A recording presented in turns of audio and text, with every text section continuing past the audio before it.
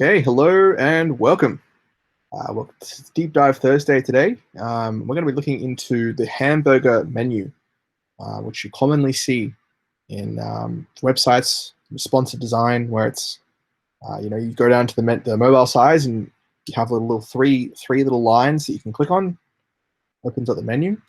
So that's going to be today's exercise. So as always, I encourage you to code along, and if you're on YouTube, you have the benefit of pausing it. But if you're watching this live, definitely reach out for questions if you have anything. You guys can see my screen okay? Excellent. I'm going to go ahead and get started. Zoom in a bit. So we're going to create a folder, as always. We'll call this hamburger menu.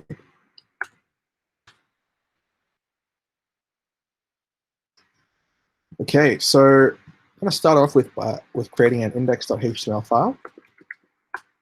This, you guys should be familiar now with the short syntax. If we press exclamation mark and then press tab, this will actually generate all of this for you.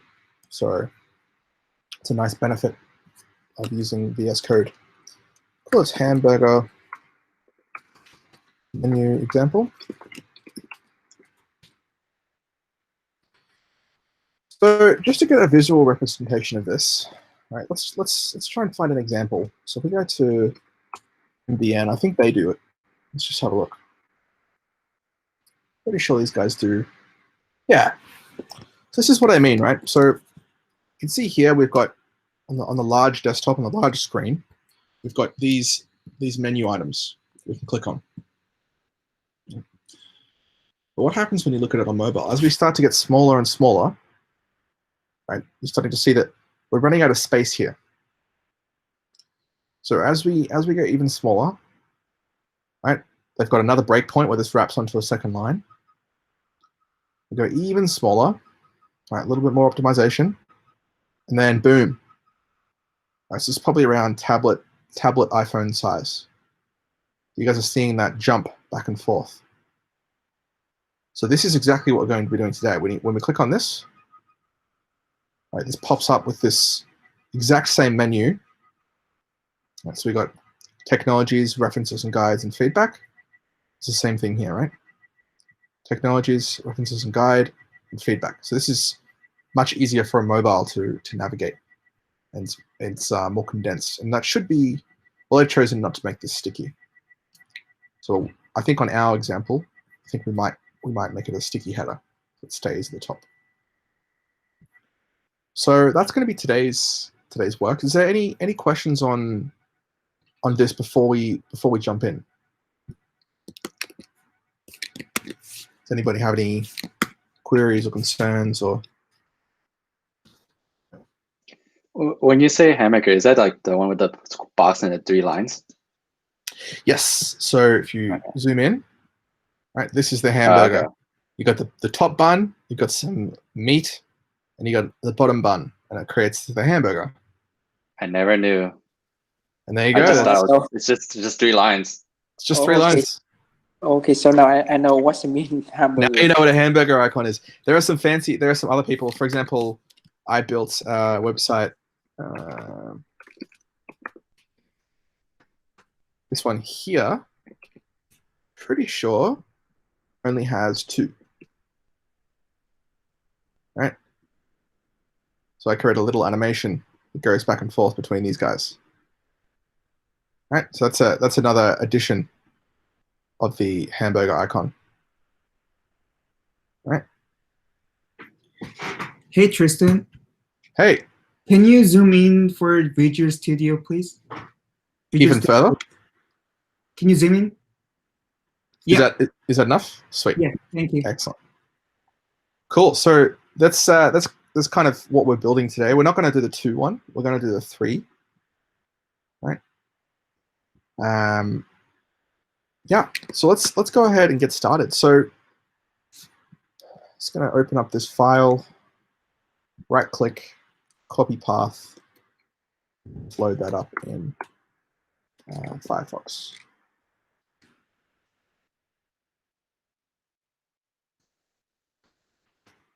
Someone's knocking on the door.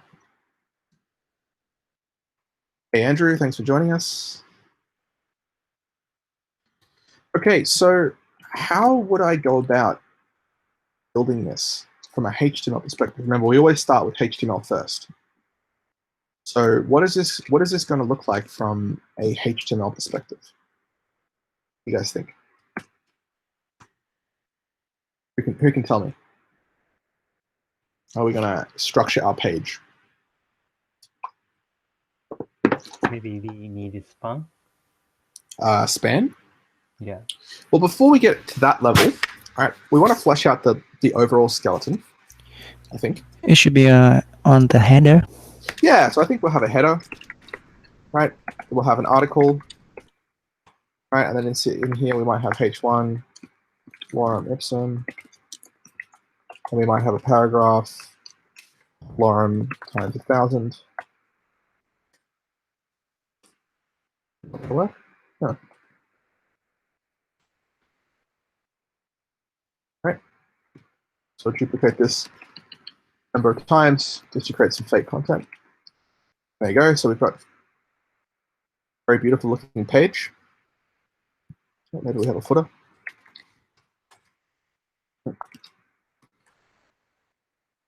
Right.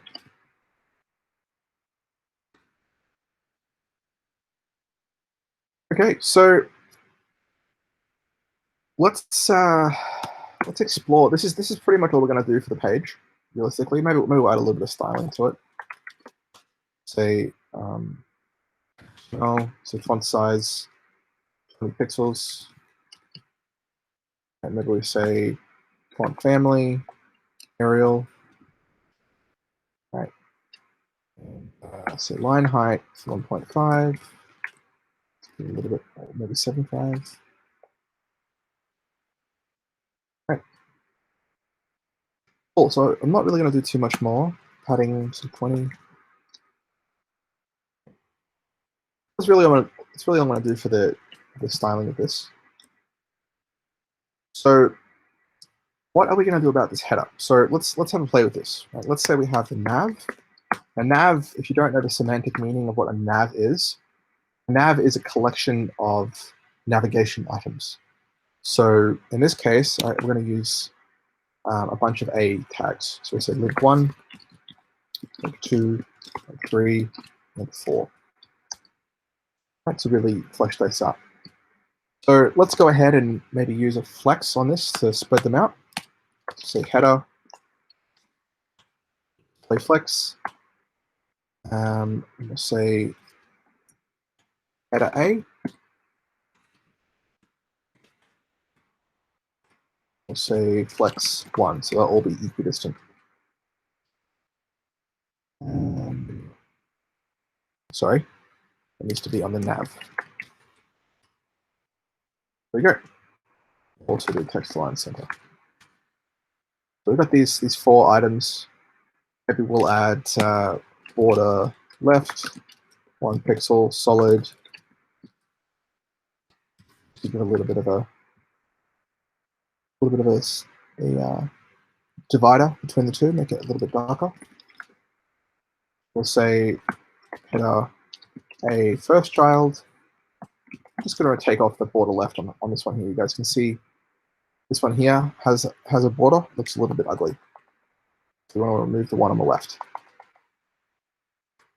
We'll do that with just the first child, and we'll say border, we'll say none. So now we have these links. Let's give it a little bit more styling. So text decoration none. Color blue. Okay, so that's really all I'm going to do for this. So this actually looks fine, right? From a desktop perspective, this is pretty good. So what can we do next? Wait, what's the next step? Well, as we start to get smaller, that actually looks okay. But if we add, say, another couple of links,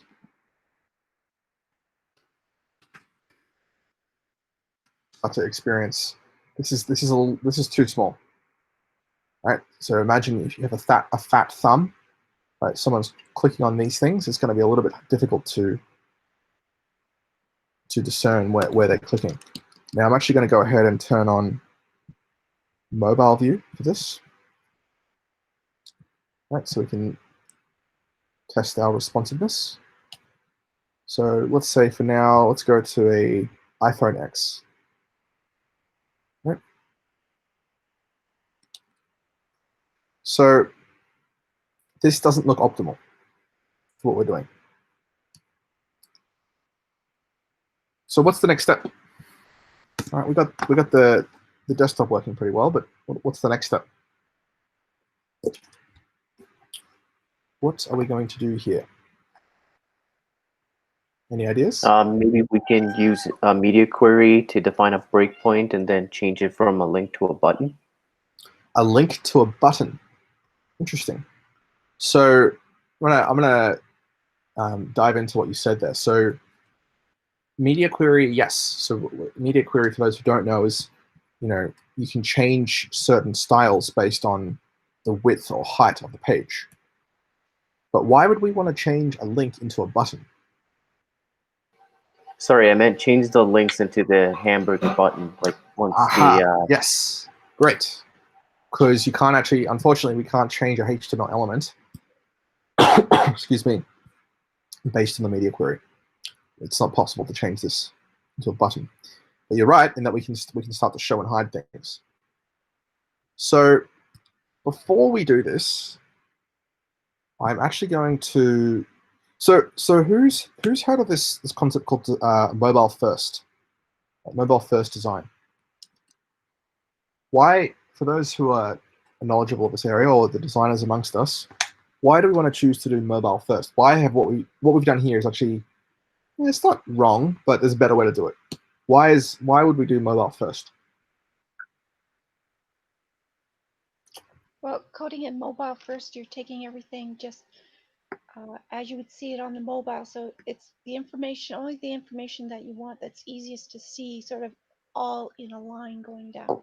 Mm-hmm. Once you start getting wider, then you can start figuring out where things can go on the side rather than just going all down. So it takes your main concepts and puts them sort of like all in a line.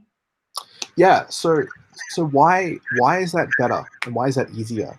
If you do the opposite, if you do the regular form first and figure you'll just add on mobility and accessibility and all the other things to consider later, you can paint yourself into a corner and find you have to retread a lot of work that you put in. Yep.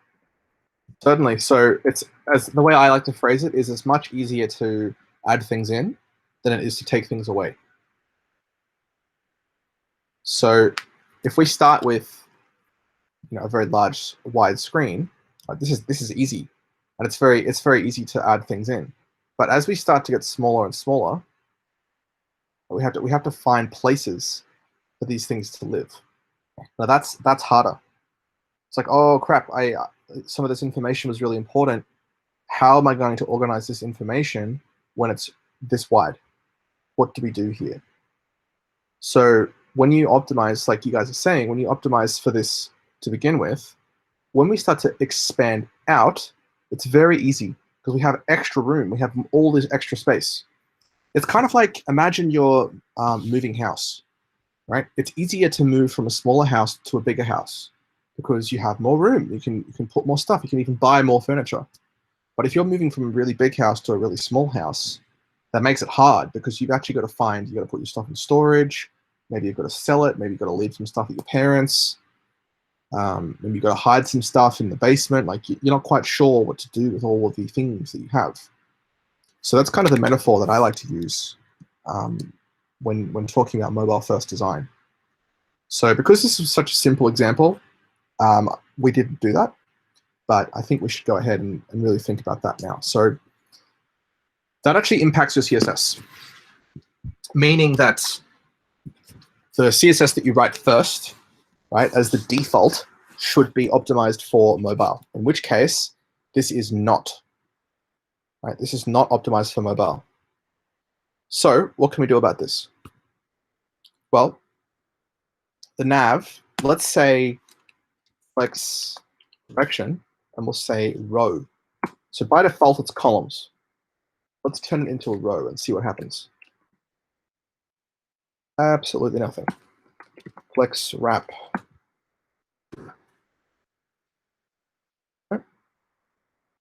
What's going on here? There we go. I had it wrong way around.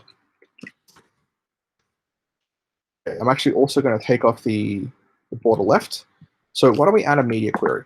So for those who've never written a media query before, use the @ symbol, media, and then you usually have a condition for when you want this to trigger. Now in our case, it's going to be when the minimum width. So when this expands out, and the minimum width is, say, I don't know, we'll just use a random example. Let's say 6 or say 500. So min width. This has to be in pixel values. So 500 pixels. Okay. So now anything inside here is only going to apply. Anything in here will only apply if the browser, or yeah, if browser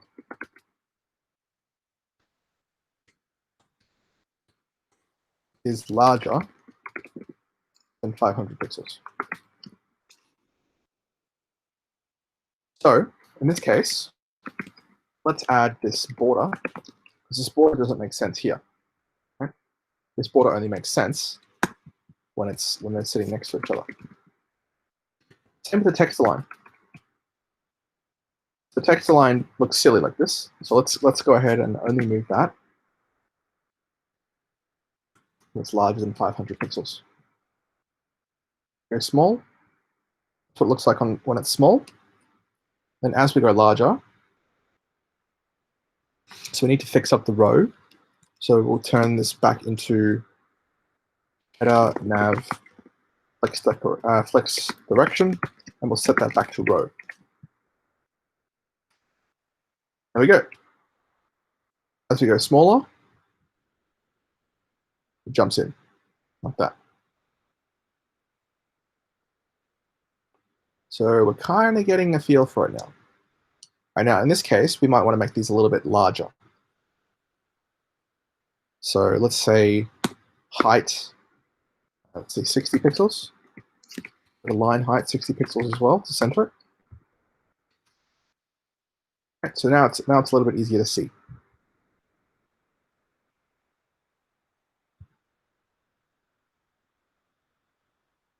So is there any questions you guys have so far on anything we've covered?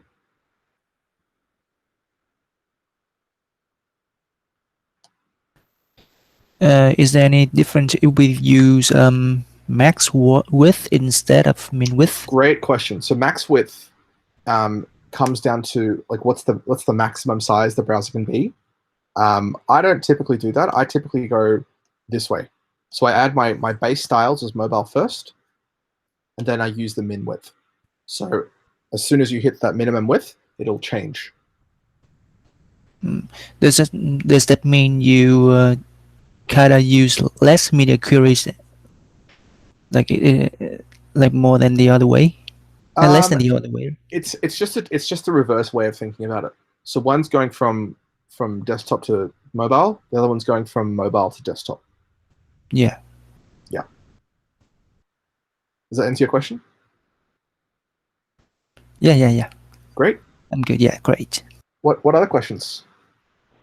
Yeah, like we have a media query, right? So if we have like in header we have like colors and other property. So it it will merge while applying media query, or it will override. Sorry, you're breaking up a little bit. It will merge which part? Yeah, like my question is like we have a general CSS, right? So like if we apply like both have a header and a tag in MediaQuery and the other part also, so it will override that like both will merge while applying the CSS, or it will override. So you're saying the difference between these two? Yeah, like it will be combined to while adding to HTML. It will be combined, or it will be like. That's a great just question. one.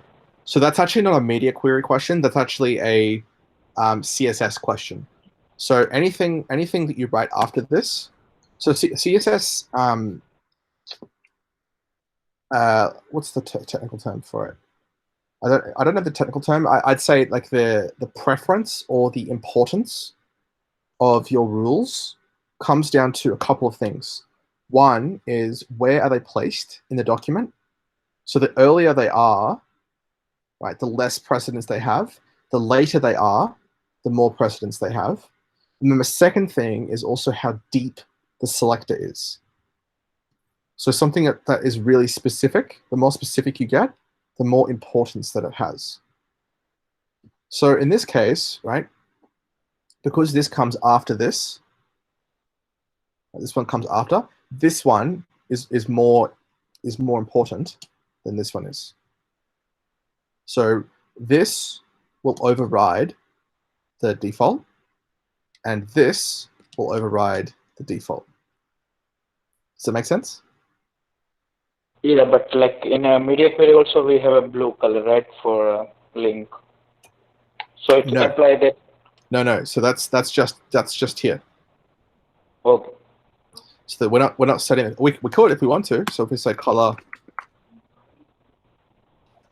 red, what this will do is it will say it's blue for mobile, and then as soon as the minimum width is 500, it'll change to red. Oh, yeah, got it. Awesome. Somebody sent a message. I just read that out. Precedence. Thanks, Andrew. Also, hello. So if you move the MediaQuery above the original, I believe so. I don't think that MediaQuery has. I don't think the MediaQuery has precedence. Let's have a look. There you go. So it is definitely about the order.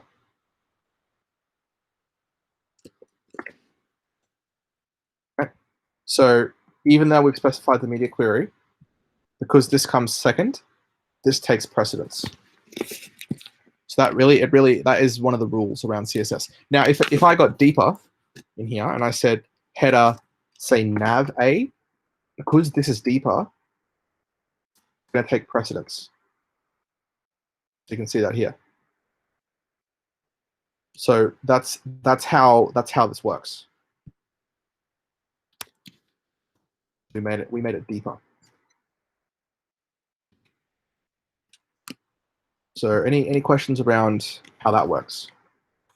How CSS precedence works? And Hey Tristan, do you personally make separate files for media queries?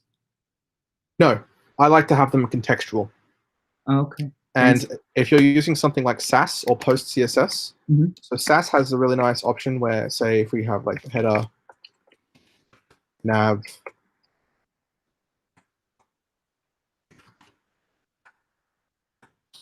say color red, right? I can actually, why is that? I'm not sure why that's being funny. There we go. So color red. I can also go media,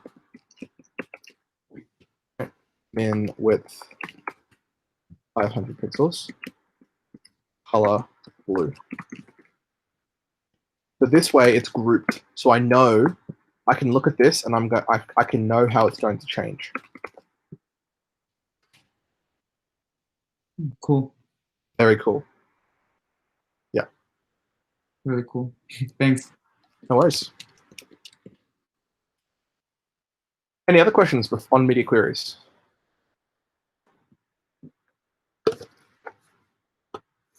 You can also do this with height.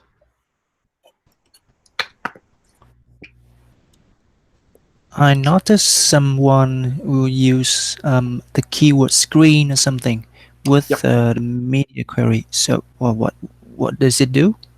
That's a great question. Let me answer your question by not answering your question. I'm going to go media print. I think it's print. Body background red. So currently there's no background. Okay. And if I press Control P or Command P, and I set this to PDF, this one.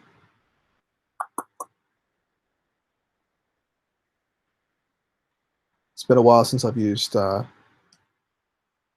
let me try this in Chrome.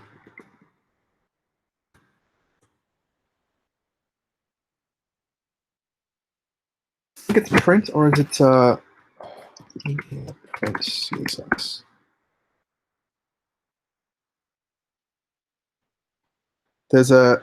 It's a different type.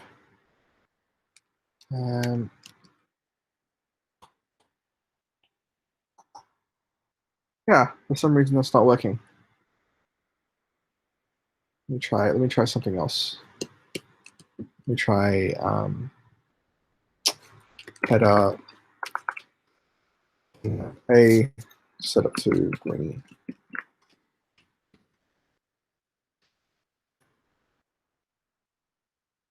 Yeah, that's still not working.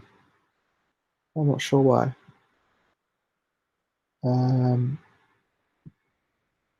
There is a way somehow to target print, so that when you're actually printing the document, for example, this here, they might do it here. Yeah, so they've, well, actually, not exactly. Some websites like to optimize for the print. So media screen, right? When you say screen, kind of most of the time it's obsolete, because media screen actually means make sure that it's on make sure that this is on an actual screen on a browser, whereas print, right? Print applies to. I really want to try and get this working. Yeah, it's unfortunate. I don't know why that's. But print only applies to when you're printing the page. Let's see if we can get this, because it is pretty cool. Yeah, see, that should be working, but I don't know why it's not. That's kind of the difference between screen and print, if that answers your question. Yeah. Yeah. Yeah. Okay. Thank you. No worries. What else? What other questions have we got? Tristan, just a question on the viewport in the head. Do we need that like present in the HTML in order to use media queries? No. I don't believe so. There you go. Okay, thanks. So what this does, this meta tag, this really is, just going to expand this so you can see it. This really is around scaling on the mobile. So you can do things like disable scaling. For example, again, to bring up that website, on here, right? I didn't want the ability to zoom in and out on mobile. I think I've broken it now. Firefox. Just load this back up in Chrome. So I set some specific stuff with this around disabling zoom on mobile. So if you go to this website on mobile, you should not be able to. And the reason why is because we wanted to have this swipe, like you can actually swipe up and down on this. So this is meant to have like a real kind of native mobile feel to it. So that was an example of how we use the viewport. Let me just bring up what I exactly did with this. Yeah, so I said, let me see this. So viewport content width equals device width. Right, that's pretty standard. Initial scale equals 0. That's also standard. But then this is the extra stuff, right? So minimum scale equals 1. Maximum scale equals 1. User scalable equals no. So it really is around the ability to pinch zoom in and out. Thank you. Thanks for clarifying that up. No worries. Okay, so, all right, what else have we got? Have we got any other questions before we jump into building the button?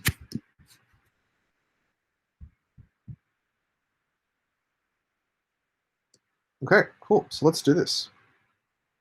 So how are we going to do this? You guys think? Let's start off with by actually creating a button with the span. All right. Now, for those who know about my CSS tricks, all right, we're going to use after elements, before and after elements for this. So let me show you what I mean. Classic. And I'm going to go border none. I would probably use a reset for this, but for now, let's just do a custom background.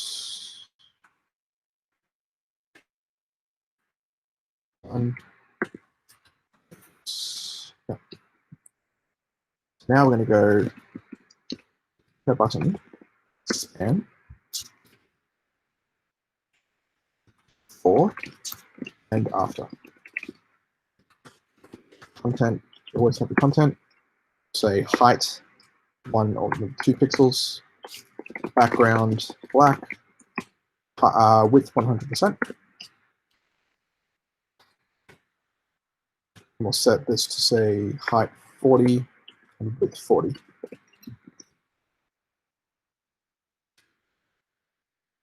Also display block. Still not seeing that.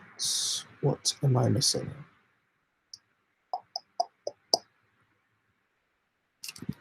Let's see if it's showing up.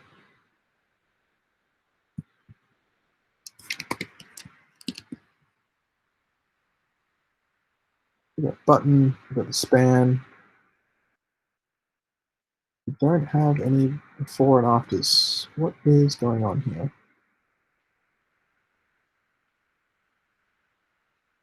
You forgot comma I did too. before. Thank you. I did. All right, so now we've got 3 before and afters. Span itself, yep. Okay, so now what I'm going to do is I'm going to go position relative.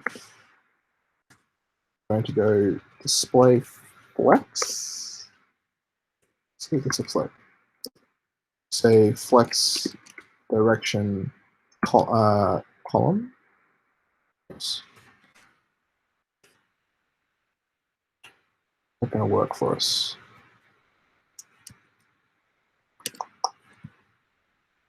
Maybe not. Maybe. How about trying some padding? Yeah, what I'm going to try and do is justify the items. So justify content space clean. See if that's going to try and work, but it doesn't look like it. Yeah, that's fine. We'll just do it manually. So position relative on this. So the before, we'll also set these to position absolute. Left 0. The before is going to be top 0. And itself is going to be top 50% with the margin top -1 to offset it because it's 2 pixels high. You want to go 50% down and then just move it back 1. You could also use a transform translate on this as well, that's fine. And the after is going to be top auto, bottom 0. Bring that down the bottom.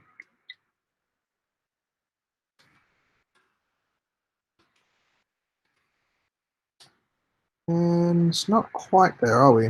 So we got, is that height not working? No, height's working. So span, before and after. Why are they not moving around?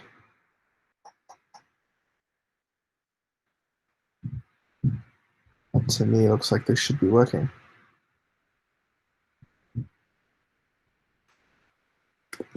Maybe a little bit of testing here. Yeah, that should be right.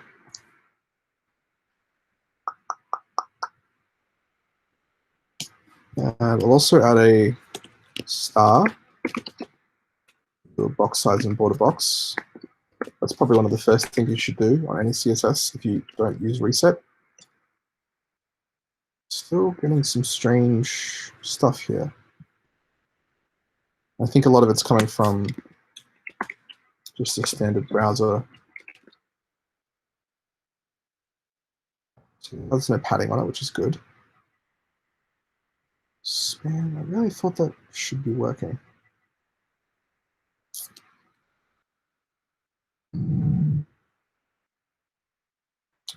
I wonder if it's a Firefox problem. Let's have a look at it in Chrome. I didn't see you building that particular element, but I'm noticing flex direction column on the header nav. I don't know if that's the same element. Should it not be row? I don't think so. Let's turn that off for a second. Yeah, that's not affecting it. Okay.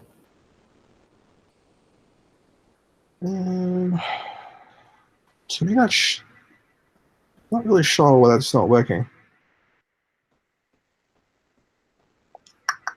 Why don't we take off the span position absolute?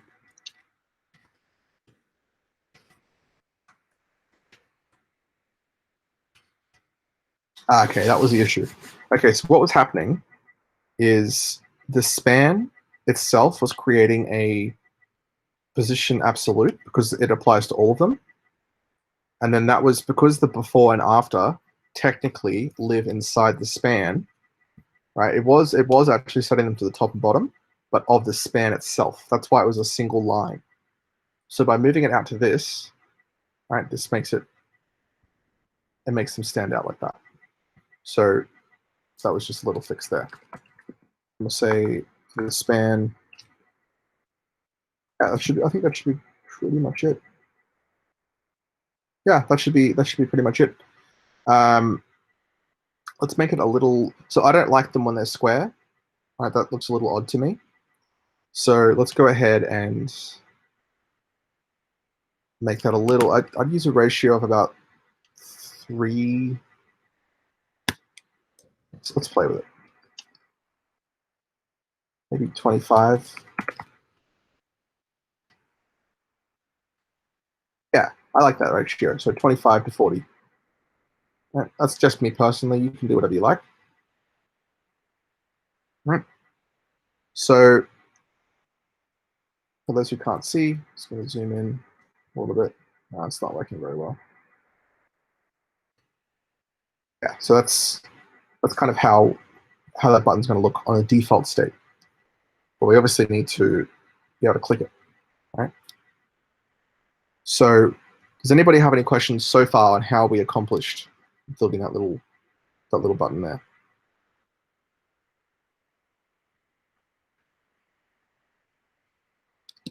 I'm going to move this down here so we're not repeating ourselves.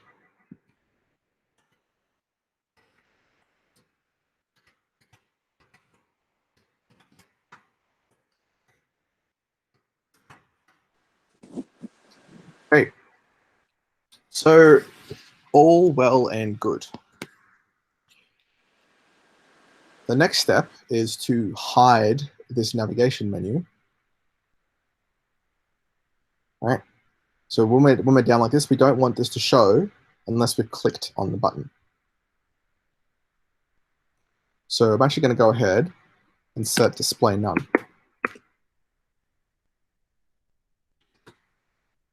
This. So enter JavaScript.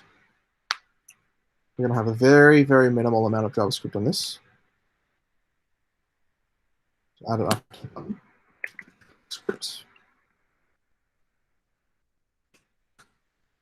Call this ID equals hamburger. Say const button equals document get element by ID hamburger. We'll say button dot add event listener on click.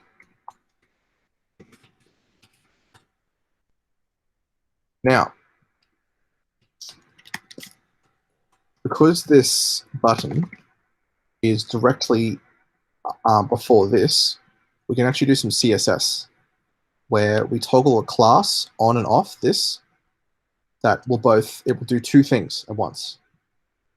It will turn this into an X, and it will allow this to open up. So let me show you what I mean. We're going to say btn.classList.toggle, and we're going to have the open.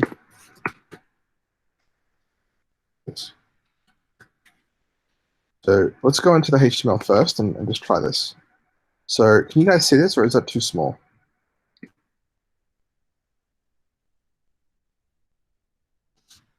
It's good.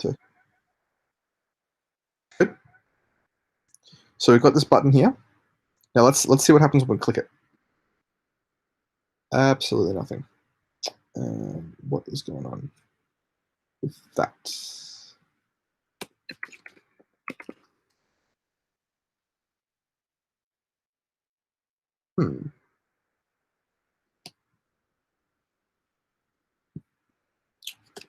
What's going on here? Oh, I have some security things where I'm disabling JavaScript. Great. Okay, so that is working. Okay, so we look at this button here and we click it. We can see this class list, this class of open gets toggled on and off. You guys can see that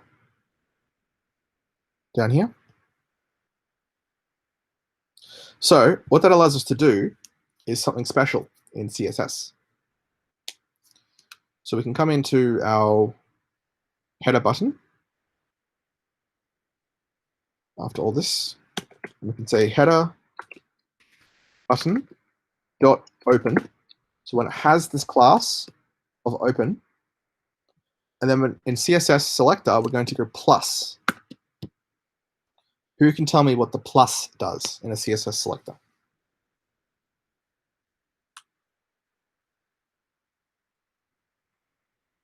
Anybody know? It's a special operator.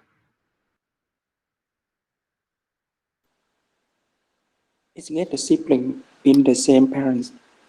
Not a sibling. It's actually the next one. sibling. Yep. The next sibling.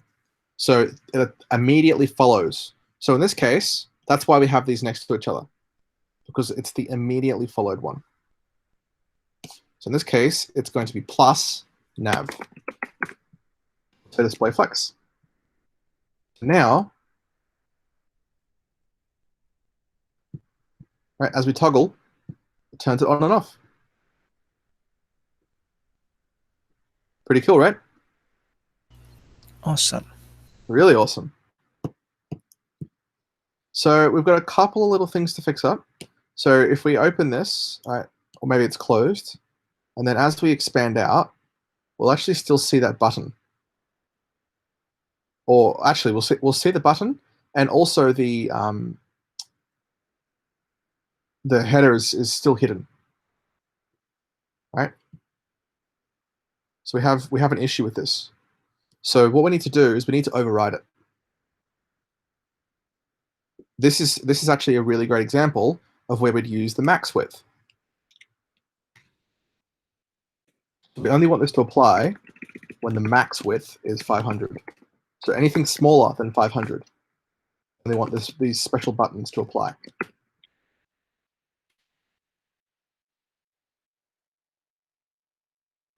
And then display flex.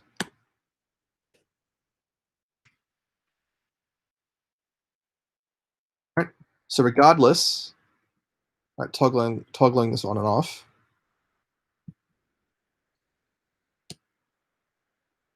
Right. So this works here, and then as we expand out, right, this button shouldn't do anything. In fact, this button should be hidden completely. So we're going to go header nav button, display none. don't want it to show up. Something is wrong here.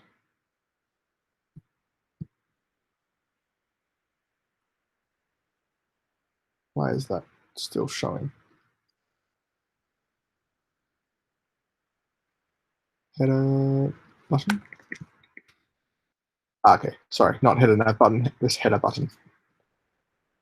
So as we come in, the button shows up. We can click on it. We can toggle it on and off. Now, if we toggle it and we leave it open and we move it up, it works. And if we toggle it and we leave it off and we open it, it still works.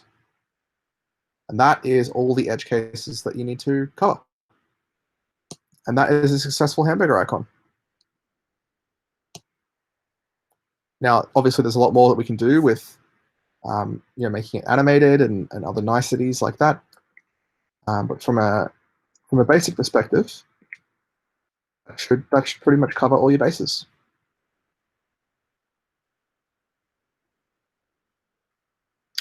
So yeah, that's pretty much it. I'm gonna hand it over to you guys for questions. And I'll of course post all of this code up as well, as per normal. GitHub under code mentoring. I'm gonna do this while you guys think of some questions. Call this webinar hamburger icon, hamburger menu.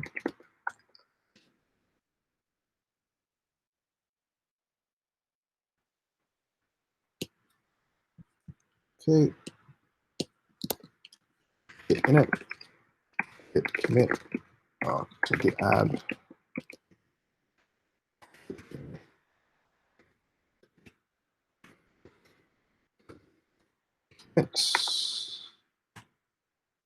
Git remote, add origin, git push. Cat's running around doing crazy things. Okay, so that is up on GitHub for you. Just one file. Very exciting. I'll paste this in for you so you guys can get this. And yeah, that pretty much covers it for today. So I'm going to hand it over to you guys for questions. If not, I'm going to stop recording for those who are on YouTube. Thanks for coming.